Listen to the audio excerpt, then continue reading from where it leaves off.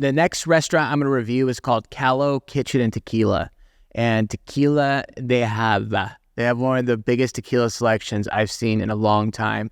Any tequila you can think of, they have it. And there are some crazy ones out there, especially in this day and age. Popular tequilas. Calo is a upscale Mexican restaurant. It's supposed to rival Javier's. It's owned by Clemente, and they have 3 locations. There's a Calo in Laguna Niguel, there's a Calo in El Segundo, and then brand new is a Calo in Costa Mesa at the South Coast Plaza. They do not skimp on anything. This place exudes luxury. When you walk in, the sign's huge, the interior decoration's next level. It's just really high-end furniture, high-end design. It's a really small restaurant with a huge patio, but the patio is enclosed. It could be open with any type of weather.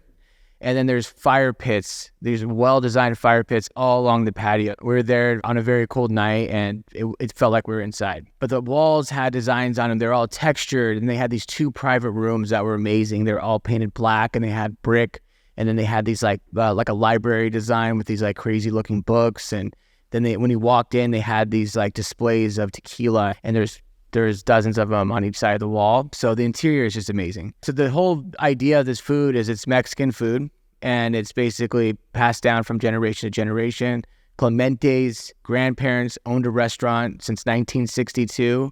And she's 3rd generation restaurant owner. So the whole idea is that you're getting these recipes that are handed down from generation to generation, and they're their family's recipes. On top of that, everything is organic as it can be. That's the way they put it. And everything's local as it can be. And I like that. I like any type of restaurant that has as much organic food as possible and local. That's the way you want to go. You don't want your food all GMO'd out and from another country.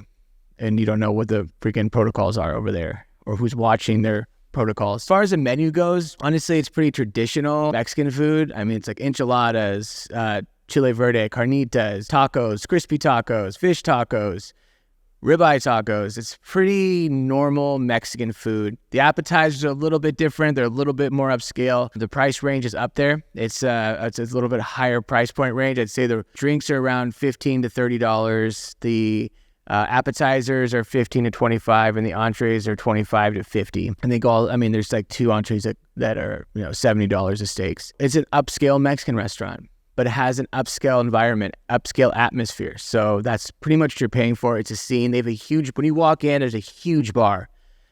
I'm guessing there's 50, 60 seats around the whole entire bar. And then there's a bar on the outside patio as well, which is a smaller bar. So it's definitely a scene when you walk in. Then you have the open kitchen. I say open because it's a window, and then you can see guys that are behind the line, but it's not truly open. But at least you can see the chef's, shoulders up. I guess that's something. It is a scene. They do a good job with the atmosphere and the vibe. Service was okay. I mean, I just feel like I say that all the time, but it really was. It was just okay. I mean, literally when it was our first time there. I mean, the place is brand new. I think it's been open less than a month. And it's our first time there, and the server walks up and says, "How's it going? Could I get you guys started off with something to drink?" And I mean, this is a brand new restaurant. Do you want to say, like, have you been here before? Welcome. Here's what we're about. I know what they're about because I looked it up online. But the server should be telling us. The server should be explaining that to us, pre-selling us on the food. In case there's any little bumps in the road, we're already sold on the food. We're already on the uphill trajectory for the food. Tell us that these are recipes that are passed down from generation to generation. They're family recipes. You're only going to get this food here because it's from their family. No one else has these recipes. Our food is organic. It's locally sourced. That's why you're paying this obscene amount of money for Mexican food, because it's locally. Oh, okay, that makes sense. But no, how's it going? Can I get you started off with something to drink? Sure, we'll take this. Okay, awesome. And I said, can you bring us a very photogenic margarita? I just want something that I could take a picture of. Something that tastes good, that looks good. Okay, I'll ask the bartender. What do you recommend? This appetizer's really good, and this appetizer's really good, and this appetizer I really like. Okay, awesome. I don't really know what half these appetizers are, but I'm just gonna go ahead and I'll take the empanadas. Or I'm sorry, the fried quesadillas. So we had the fried quesadillas. We came with avocado on top, guacamole, on top with the salsa.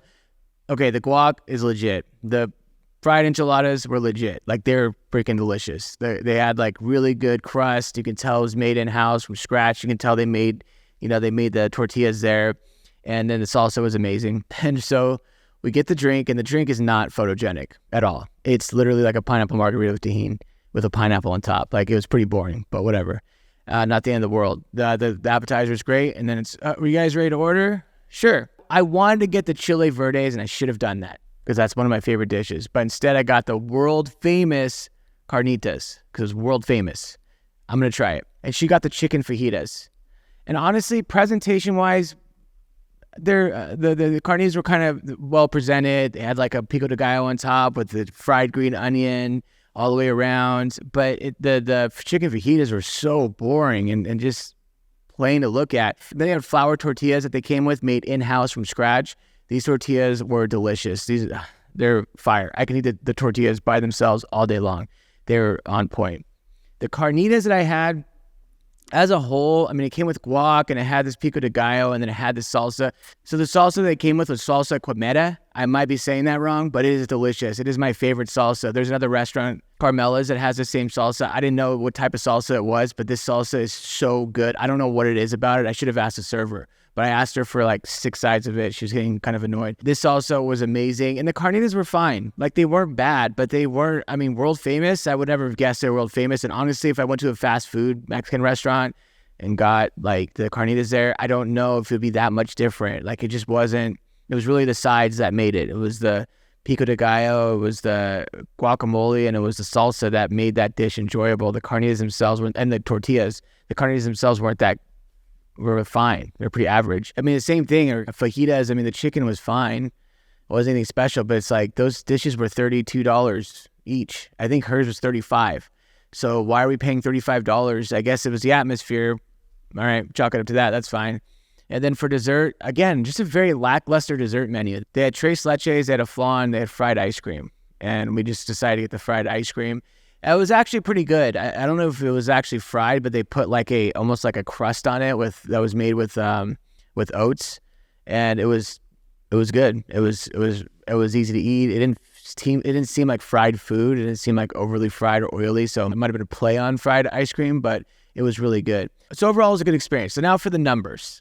For the food and drinks, I give it a 3 out of 5. I mean, it wasn't that good. It was fine. I guess the price point makes it tough because when you're paying that much money, you start expecting certain things and you start expecting elevated food. Again, the appetizers were good. I've only had 3 items there, so maybe I got the wrong items. I'm going to go back and try some other things and give it another shot. The food wasn't bad. I see the potential. It was just lackluster, honestly. For culture and service, I give it a 3 out of 5, and I think I'm being pretty nice. I mean, I expect that when I go to Denny's, I get someone that comes up to me and says, "How's it going? Are you ready? Can I get you started off with something to drink?" That is just so baseline service. That is just literally the least you can say to get the conversation started. I mean, it's just so like, oh my God. I mean, I was kind of like, wow, this place is brand new. You'd think the servers and bartenders would still be excited. I mean, I get it. It was a Saturday night. It's probably busy, but like, that's not the point. The point is like, it shouldn't matter what time the guest is coming in. What matters is the consistency. And it was just shocking to me that for a place that's charging $35 for chicken fajitas, $20 for margarita, the server comes up and is like, how's it going? Can I start off with something to drink? Did you need more time to look at the menu? Like, all right. So 3 out of 5 for the service and culture. And then for the ambiance and vibe, I'll give it a 5 out of 5. It's there. It's all there. They nailed it. The signage is great on the outside. The interior and the inside is amazing. It's like well layered because inside is different than outside. Even the private rooms are different.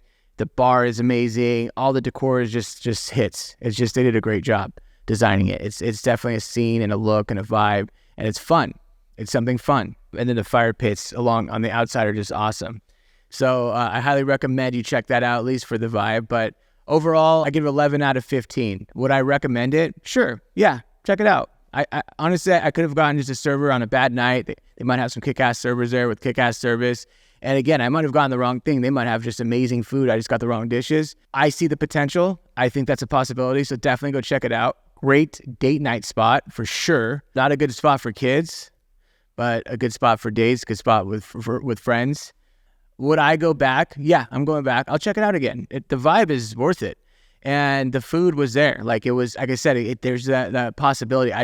I honestly believe that there might be some things that I'm missing on the menu, and we'll see.